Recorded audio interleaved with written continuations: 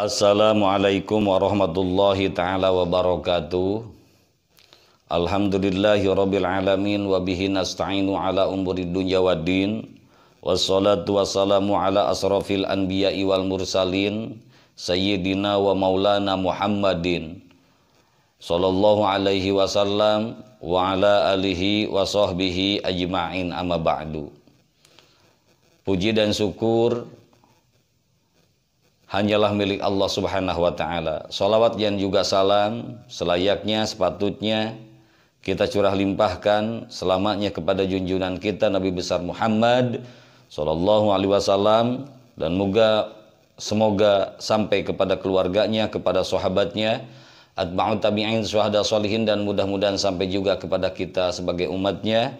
Fi dunya ila yaumil jaza, kita semua mendapatkan syafaatul uzma darinya. Amin ya Allah ya rabbal alamin. Ikhwanul muslimin wa akhwatul muslimat rahimakumullah. Di hari ini insyaallah kita akan sedikit membahas masalah iman. Ini sambungan dari kajian yang sebelumnya, di mana waktu beberapa hari kebelakang ngebahas iman, Islam, dan juga ihsan. Nah, dari antara sekian jemaah yang offline maupun yang online, pengen diulas terkait yang dimaksud dengan iman itu sendiri. Baik, untuk kajian harian Ramadan Majelis Al-Hidayah, kita akan membahas apa yang dimaksud dengan iman itu. Ikhwanul muslimin wa akhwatul muslimat rahimakumullah. Iman kalau menurut asal bahasa adalah atasdiku. Sekali lagi, iman kalau menurut asal bahasa adalah atasdiku. Apa yang dimaksud dengan atasdiku? Atasdiku adalah membenarkan. Setiap sesuatu yang membenarkan itu disebut iman. Apa yang dibenarkan? Apa saja? Ini masih sifatnya masih umum, belum spesifik. Nah, tetapi berbeda halnya iman menurut bahasa. Kalau tadi menurut istilah, menurut bahasa, kalau sekarang menurut syara.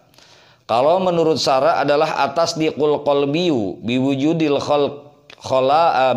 khaliqi jalla sya'nuhu wa bima akhbara bihi Rasulullah sallallahu alaihi salatu wasallam, yaitu membenarkan dalam hati pada adanya Allah yang telah menciptakan langit dan juga bumi, yang maha agung, dan juga pada perkara yang dibawa oleh Rasulullah Sallallahu Alaihi Wasallam sebagai syariat daripada Allah, sebagai syariat agama, itu dibenarkan semua, diucapkan dan dibenarkan oleh hati.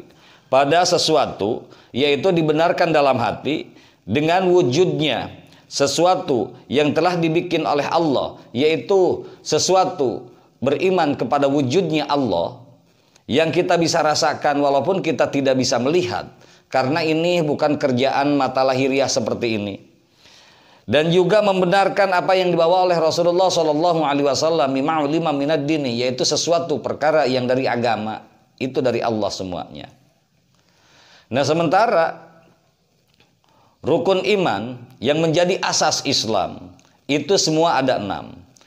Sebagaimana yang diterangkan dalam hadis riwayat Imam Muslim, sabda Rasulullah Shallallahu Alaihi Wasallam ketika beliau ditanya oleh seseorang dalam perihal iman. Bagaimana kata Rasulullah? Antu'mina billah wa malaikatihi wa kutubihi wa rasulihi wal yaumil akhiri wa tu'mina bil qadri khairihi wa syarihi. Rasulullah Shallallahu Alaihi Wasallam antu'mina, harus iman. Harus iman, atau iman itu adalah percaya kepada adanya Allah, kepada adanya malaikat Allah, adanya para utusan Allah, percaya kepada hari akhir, dan juga percaya kepada qada dan qadar, baik dan buruknya itu qadar, itu semuanya dari Allah subhanahu wa ta'ala. Sebagaimana yang selanjutnya, yang Allah sabdakan, yang Allah firmankan dalam Al-Quranul Karim, dalam surat Al-Baqarah, amana rasulun bima unzila ilaihi mir rabbihi wal mu'minun kullun amana billahi wa malaikatihi wa kutubihi wa rusuli la nufarriqu baina ahadim bir rusuli. Itulah dalil-dalil tentang keimanan diantaranya. Sebetulnya masih banyak dalil-dalil yang lainnya. Rasulullah Shallallahu Alaihi Wasallam sudah iman kepada Al-Quran yang diturunkan kepadanya dari Allah sebagai Rabb-nya, dan juga orang-orang yang mukmin telah iman kepada Allah Subhanahu Wa Taala, iman kepada para malaikatnya Allah, iman kepada kitab-kitabnya Allah, iman kepada utusan-utusannya Allah, dan kita semua yaitu tidak pernah membeda-bedakan antara salah seorang rasul dengan rasul yang lainnya. Kita anggap sama karena itu utusan Allah Subhanahu wa taala. Laisal birra an tuwallu wujuhakum qibalal masyriqi wal maghribi walakinnal birra man amana billahi wal yaumil akhir wa malaikati wa kitabi wan nabiyyin. Tidaklah termasuk kebagusan di antara kalian semua yang menghadapkan wajah ke arah kiblatnya Allah dari masyrik dan juga maghrib. Tetapi sesungguhnya kebagusan itu datang dari orang-orang iman kepada Allah Subhanahu wa taala, iman kepada hari akhir, iman kepada malaikatnya Allah, iman kepada kitab-kitabnya Allah, dan juga iman kepada nabi-nabi Allah. Ini surat Al-Baqarah ayat 177. Ikhwanul muslimin wa akhwatul muslimat rahimakumullah. Oleh karena itu, rukun iman semuanya ada 6. Yang pertama adalah iman kepada Allah Subhanahu wa taala yang disebut dengan antu'mina billah, iman kepada Allah. Apa yang dimaksud dengan iman kepada Allah? Iman kepada Allah yaitu menekadkan dalam hati bahwa adanya Allah. Allah itu maha wujud, Allah itu maha ada, yang bisa, yang ada dalam hati, yang telah menciptakan langit dan juga bumi. Maksudnya dalam hati itu bukan zat Allahnya, tetapi kita merasakan kehadiran Allah, adanya Allah, seolah-olah kita nampak jelas melihat sesuatu yang zahir, yang telah menciptakan alam, yang menciptakan langit dan juga menciptakan bumi, dan juga beserta isinya yang ada di langit dan juga ada di bumi, dan juga semua kejadian yang ada di muka bumi atau yang ada di alam dunia ini. Allah juga yang telah mengatur alam dengan rapihnya, dengan teratur segala sesuatu yang telah Allah ciptakan dengan rapih dan dengan teratur. Kita semua tinggal menjalankannya saja. Dan itu wajib kita diimani, bahwa yang menciptakan langit dan bumi tiada lagi hanyalah Allah Subhanahu wa taala. Yang menciptakan kita sebagai manusia, sebagai makhluk hanyalah Allah Subhanahu wa taala. Tiada sesuatu yang layak patut hak disembah kecuali Allah Subhanahu wa taala yang telah terbukti menciptakan langit dan bumi. Apakah ada Tuhan-Tuhan lain menciptakan bumi dan langit seperti Allah? Inilah yang dijadikan pertanyaan. Yang selanjutnya, bagaimana artinya iman kepada para malaikatnya Allah? Yaitu menekadkan pada adanya para malaikat, dan malaikat itu suatu marna makhluk, di mana malaikat itu bukan laki-laki dan juga bukan perempuan, dan juga malaikat itu tidak makan dan juga tidak minum, dan juga malaikat itu tidak pernah tidur sekejap mata pun, dan tidak pernah malaikat itu maksiat walaupun hanya sekali, walaupun hanya sedikit, walaupun hanya sebentar, tidak pernah. Nah, bagaimana dengan cara mengimankan kepada para malaikat? Yang malaikat itu yang tercipta dari cahaya, Oleh karenanya kita wajib mengimani dan wajib meyakini bahwa malaikat itu ada. Di antara sekian banyak juta malaikat yang tidak pernah kita hitung dan tidak pernah kita ada yang tahu satupun. Ilallah, hanya Allah yang tahu jumlahnya malaikat itu berapa. Yang wajib ketahui hanyalah ada 10 malaikat. Malaikat Jibril, malaikat Mikail, malaikat Israfil, malaikat Israel, malaikat Munkar, malaikat Nakir, malaikat Raqib, Atid, Malik, Ridwan. Itulah yang wajib kita ketahui, hanyalah 10. Karena betapa sulitnya kalau kita menghafal semua jenis-jenis malaikat. Yang ketiga, bagaimana kita mengimani kepada kitab-kitabnya Allah, yaitu menekankan dalam hati bahwa yang semua namanya kitab suci, entah itu Jabur, Injil, Taurat sama Al-Quran, entah itu Jabur, Taurat, Injil dan Al-Quran, semuanya adalah firman Allah, semuanya adalah kalamullah. Jadi nggak bisa diaku-akuin punya Tuhan yang lain. Itu semua mutlak itu kalamullah atau sebagai petunjuk untuk hamba-hamba Allah. Kepada siapa diturunkannya? Kepada Rasul-Rasul Allah. Untuk apa? Untuk kemaslahatan manusia, untuk kemaslahatan si hambanya itu sendiri. Wajib kita mengimaninya kepada kitab Zabur, kepada kitab Taurat, kepada kitab Injil, dan kepada kitab Al-Quran. Wajib ditekankan dalam hati bahwa itu adalah kalamullah, bahwa itu adalah semuanya hanyalah wahyu yang Allah berikan kepada nabi-nabinya sebelum Nabi Muhammad, kecuali Al-Quran yang diturunkan kepada Nabiullah Muhammad SAW. Yang selanjutnya, bagaimana dengan cara iman kita kepada Rasul-Rasul Allah?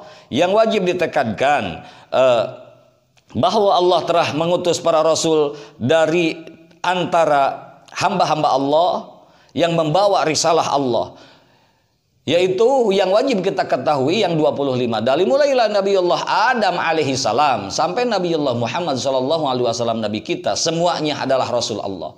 Semuanya adalah utusan Allah. Semuanya adalah nabi-nabi Allah yang membawa risalah, yang membawa syariat agama Islam, yang membawa agama samawi, yang membawa agama tauhid. Tidak ada satu nabi pun dari ke-25 nabi yang membawa selain daripada membawa syariat Allah. Tidak ada satu pun dari ke-25 nabi yang membawa syariat selain daripada agama tauhid.